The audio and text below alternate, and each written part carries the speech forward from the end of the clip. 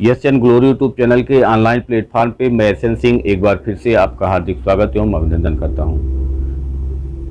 First paper के अंतर्गत हम चर्चा करेंगे शिक्षण के प्रकार के बारे में। सबसे पहले हम शिक्षण के स्वरूप के आधार पर अगर हम चर्चा करें तो 3 प्रकार का शिक्षण होता है, औपचारिक, अनौपचारिक, निरौपचारिक। शॉर्ट में ही समझिए कि औपचारिक शिक्षण क्या है। औपचारिक शिक्षण का मतलब कि जो हम क्लासरूम में बैठ करके छात्र और शिक्षक आमने सामने बैठ करके जब शिक्षण कार्य होता है तो इसी को कहा जाता है औपचारिक शिक्षण। यानी जिसमें स्थान निश्चित रहेगा, समय निश्चित रहेगा, पाठ्यक्रम निश्चित रहेगा, उद्देश्य निश्चित रहेगा। ये सारी चीज़ें जिस शिक्षण व्यवस्था में निश्चित रहेंगी उसी को हम औपचारिक कहते हैं। अनौपचारिक का मतलब कि जहाँ पे कुछ निश्चित ना हो, ना उद्देश्य निश्चित हो, ना समय निश्चित हो, ना स्थान निश्चित हो, कुछ भी निश्चित ना हो। हम आते जाते कहीं कुछ सीख लेते हैं, समाज में बैठ करके कुछ सीख लेते हैं, प्रकृति में जाते हैं कुछ सीख लेते हैं, तो वो अनौपचारिक शिक्षण हो गया। और निरौपचारिक का मतलब होता है कि जहाँ पे उद्देश्य और पाठ्यक्रम तो निर्धारित रहते हैं और बाकी स्थान और समय निश्चित नहीं रहता। जैसे पत्राचार शिक्षा हो गया, मुक्त शिक्षा हो गया, तो वहाँ उद्देश्य तो निर्धारित है कि हम करने क्या जा रहे हैं, बीए करेंगे, एमए करेंगे, पाठ्यक्रम निर्धारित है, बीए का पाठ्यक्रम निर्धारित है, लेकिन समय नहीं, वहाँ जाना नहीं होता है। तो समय निर्धारित नहीं है, स्थान निर्धारित नहीं है कहाँ जाना है, तो ये क्या हो गया, निरौपचारिक शिक्षा हो गया। इस स्वरूप के आधार पर 3 प्रकार, औपचारिक, अनौपचारिक, निरौपचारिक।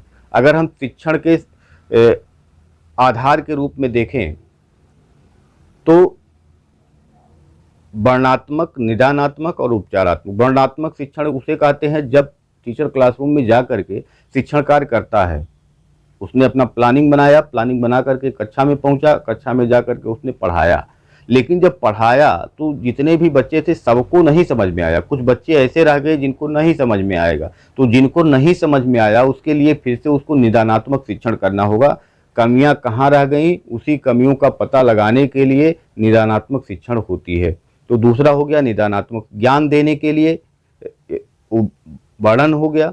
फिर उसके बाद जो नहीं समझ में आया उसके लिए निदानात्मक शिक्षण हो गया। अब कमियों का पता लग गया तो उसको दूर करना है, तो दूर करने के लिए उपचारात्मक शिक्षण। तो ये 3 शिक्षण यहाँ हो गया। शिक्षण उद्देश्यों के आधार पर भी शिक्षण 3 प्रकार का होता है, ज्ञानात्मक, भावात्मक और क्रियात्मक। तो ज्ञानात्मक में बच्चे को हम केवल ठूस के उसके दिमाग में भरने का कार्य करते हैं। जैसे व्याख्यानविद जो है वो बच्चे के दिमाग में केवल भरा जाता है, ठूस के ज्ञान भर दिया जाता है, उसमें उसकी रुचि नहीं होती है, वह रुचि नहीं लेता है, फिर भी जबरदस्ती बैठ के क्लास में सुनता है वह। तो ये तो ज्ञानात्मक हो गया, केवल पढ़ने पढ़ाने से ही यहाँ मतलब होता है, एक अच्छी सी मार्कशीट मिलने से यहाँ मतलब होता है। बाकी और उसके व्यवहार में परिवर्तन आ रहा है कि नहीं आ रहा है, इससे कोई मतलब नहीं है। वह अच्छा अंक लाएगा, मतलब इससे होता है जब ज्ञानात्मक की बात होती है। भावात्मक का मतलब उसके दृष्टिकोण में, उसके भाव में परिवर्तन से होता है। दृष्टिकोण और भाव में परिवर्तन का मतलब ये होता है कि बच्चे को कुछ जो चीज़ें पढ़ाई गई उससे वह अपने भाव में उतारे, अपने भाव में सोचे, अपने भाव में समझे और अपने दृष्टिकोण को सकारात्मक की तरफ ले जाए, अपने दृष्टिकोण में बदलाव लेकर के आए सकारात्मक रूप से। और मनोगत्यात्मक का मतलब जो सिखाया गया वह आप करना अगर प्रारंभ कर दे तो वह हो गया मनोगत्यात्मक या क्रियात्मक पक्ष हो गया। स्तर के आधार पे 3 स्तर आपने पढ़ा है, स्मृत, अवबोध और चिंतन।